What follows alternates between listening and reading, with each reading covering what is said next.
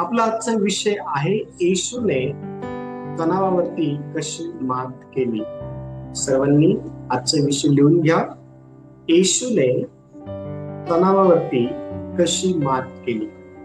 आता येशू ह्या भूतलावरती राहत असताना आपल्यासारखं मानव देह रूप धारण करून येशू ह्या जगामध्ये जे आहे ते आला. आपण शुभवर्तमानांची पहिली 4 पुस्तकं वाचल्यानंतर आपल्याला त्यातून ह्या सर्व गोष्टी समजून येतात. आणि येशू हा आपल्यासारखं मानव देहामध्ये ह्या भूतलावरती राहून जीवन जगत असताना त्याला देखील तणावाचा सामना करावा लागेल.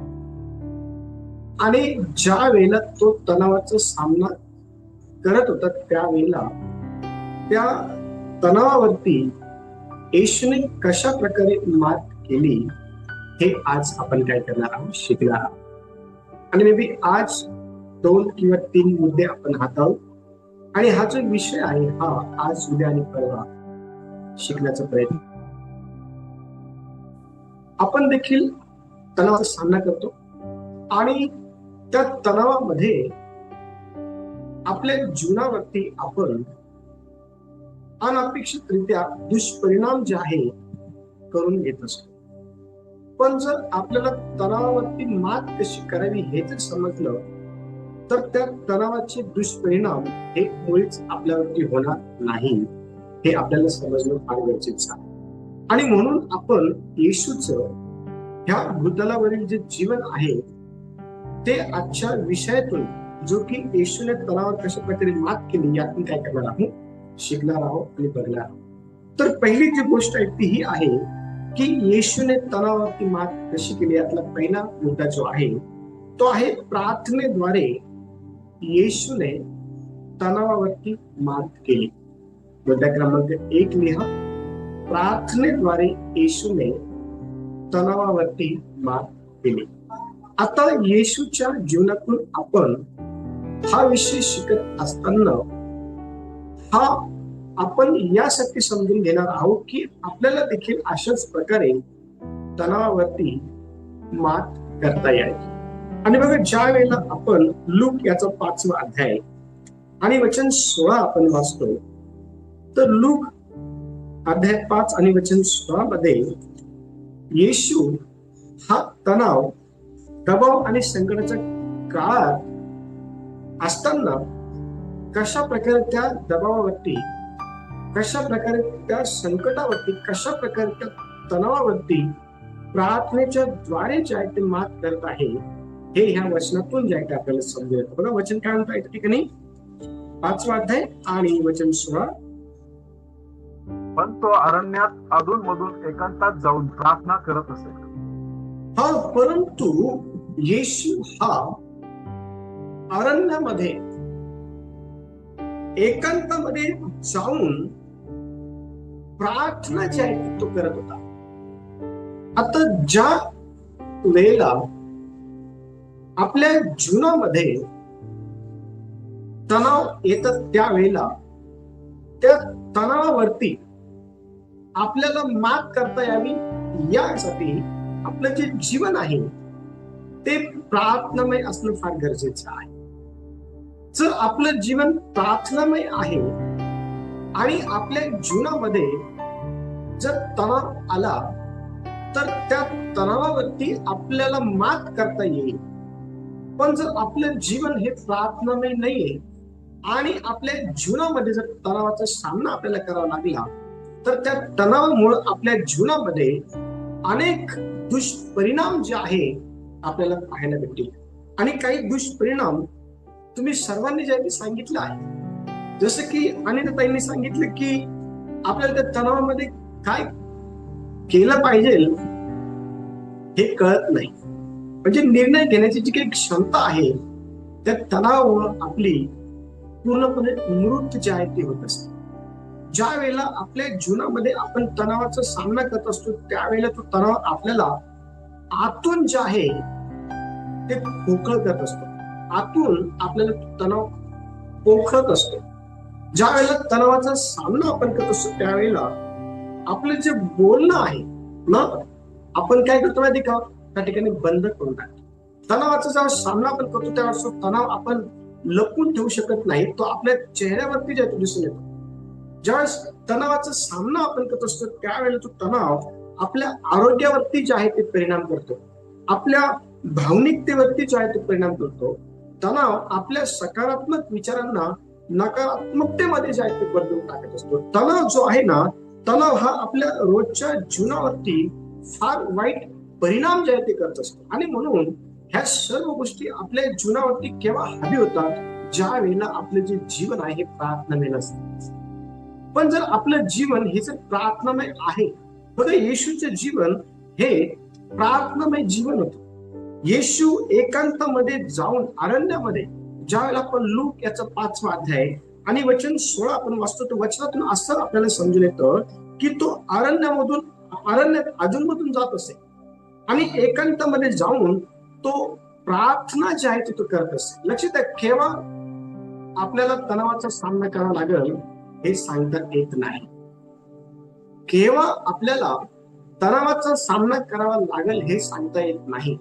पण जेव्हाही आपल्याला तणावाचा सामना करावा लागेल त्यावेळेला त्या तणावावरती आपल्याला मात करता यावी यासाठी आपलं जीवन हे प्रार्थनामय असणं फार गरजेचं आहे. आणि बघा, येशूला आपल्याला तणावाचा सामना जो आहे करण्यापूर्वी प्रार्थना जे ते करताना पाहत असतो. ज्या वेळेला आपण मत्तयाचं पुस्तक 26वा अध्याय आणि 36 ते 39 वचन आपण वाचतो, त्या ठिकाणी गेतशेमने बागेत क्रूसावरच्या ज्या काही यातना आहे ना, त्यांना सामोरे जाण्या अगोदर येशू काय करते माहिती का, प्रार्थना करत आहे. आणि बघा त्या प्रार्थनेतून येशू काय म्हणत आहे, लूक 26वा अध्याय 36 ते 39 वचन पहा. नंतर येशू शिष्यांबरोबर गेतशेमने बागेत नावाच्या ठिकाणी आला आणि त्यांना म्हणाला, मी पुढे जाऊन प्रार्थना करीपर्यंत येथे बसा. मग त्याने पेत्र व जब्दीचे दोघे मुलगे यांना बरोबर घेतले आणि तो खिन्न व अतिकष्टी होऊ लागला. तेव्हा त्याने त्यांना म्हटले, माझा जीव मरणप्राय अति खिन्न झाला आहे, तुम्ही येथे थांबा व माझ्या बरोबर जागे राहा. मग तो थोडासा पुढे जाऊन पालथा पडला आणि त्याने अशी प्रार्थना केली, हे माझ्या बाप्पा, होईल तर हा प्याला माझ्यावरून टळून जावं, तथापि माझ्या इच्छेप्रमाणे नको तर तुझ्या इच्छेप्रमाणे हो. Very good. आता बघा, ह्या ठिकाणी आपण काय पाहतो की येशूला पुरुषाच्या जे काही यातना आहे त्यांना सामोरे जाण्या अगोदर त्याने देवाकडे प्रार्थना जी आहे ती केली. अनेक वेळा आपल्या जीवनामध्ये कोणत्या प्रकारच्या यातनेंना, कोणत्या प्रकारच्या तणावांना, कोणत्या प्रकारच्या परिस्थितीला सामोरे जावं लागेल हे आपल्याला सांगता येत नाही. पण ज्या वेळेला आपल्याला तणावाचा सामना जो करावा लागतो किंवा तणावाला सामोरे ज्यावेळेस आपल्याला जावं लागतं, जेव्हा केव्हा त्या वेळेला तो तणाव जो आहे आपल्यावरती हावी होऊ शकणार नाही का, कारण त्या तणावावरती मात करण्याच्या अनुषंगातून आपण आपल्या स्वतःची तयारी जी आहे प्रार्थनेच्या माध्यमातून केलेली आहे. आता अनेक वेळा आपल्या घरामध्ये आपण अनपेक्षितरित्या आपल्या घरच्या लोकांकडनं किंवा आपल्या कामावरती आपल्या ओळखीच्या लोकांकडनं किंवा आपल्या शेजाऱ्यांकडून आपल्या जीवनामध्ये अशा गोष्टीचा सामना जो आहे करावा लागत असतो किंवा अशा गोष्टी आपल्या जीवनामध्ये घडत असतात की ज्याची आपण कधी अपेक्षा केली नसते. पण ज्या वेळेला त्या गोष्टी आपल्या जीवनामध्ये येतात त्यावेळेला त्या गोष्टींचा सामना आपल्याला करता यावा म्हणून आपण आपल्या स्वतःच प्रिपरेशन करणं फार गरजेचं आहे, तयारी करणं फार गरजेचं आहे प्रार्थनेच्या माध्यमातून. कारण आज अनेक ठिकाणी आपण पाहतो की लोकांना तणावाचा सामना व्यवस्थित करता आला नसल्या कारणामुळं लोकांचं जीवन जे आहे अतिशय आपण पाहतो की दुःखमय झालेला आहे. लोक तणावामुळे आजार जे आहेत लोकांना लागलेले आहेत, तणावामुळे लोक डिप्रेशन मध्ये जे आहेत ते गेलेले आहेत. तणावामुळे अनेकांनी आपलं जीवन जे आहे ते संपून घेतलेलं आहे. तणावामुळे चांगली नाती संबंधी जे आहे ते तुटलेली आहे. लक्ष द्या, येशू ह्या भूतलावरती राहत असताना त्याला देखील तणावाचा सामना करावा लागला. त्याला देखील यातनेचा सामना करावा लागला. त्याला देखील अशा अनपेक्षित गोष्टी सामना करावा लागला ज्याची अपेक्षा त्याने कधीही त्याच्या जीवनामध्ये केलेली नव्हती. पण त्या गोष्टींचा सामना तो करत असताना आपण पाहतो की त्याला त्याच्यावरती मात जी आहे ती करता आली. आणि त्याला त्याच्यावर मात का करता आली?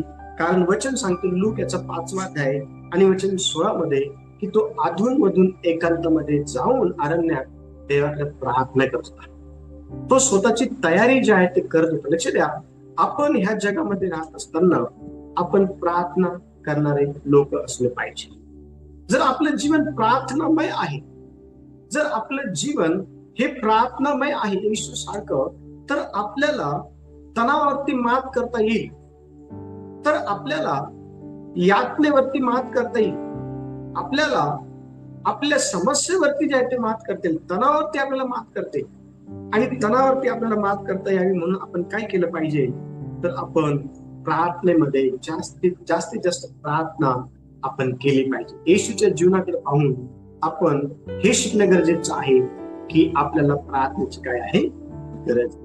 आणि जर आपण प्रार्थना करणारे लोक असू निश्चित अर्थाने आपल्याला तणावावरती मात करते. तर आपण प्रार्थना करणारे लोक नसू तर आपल्याला आपल्या तणावावरती मात करता येणार नाही आणि तो तणाव आपल्या जीवनामध्ये अनेक दुष्परिणामांचे जन्म देईल. आणि म्हणून आपण ठरवायचं आहे की आपल्याला प्रार्थना करणारा व्यक्ती बनायचं आहे की आपल्याला प्रार्थना न करणारा व्यक्ती बनायचं आहे. देवा या वचनाच्या द्वारे सर्वांना आशीर्वाद.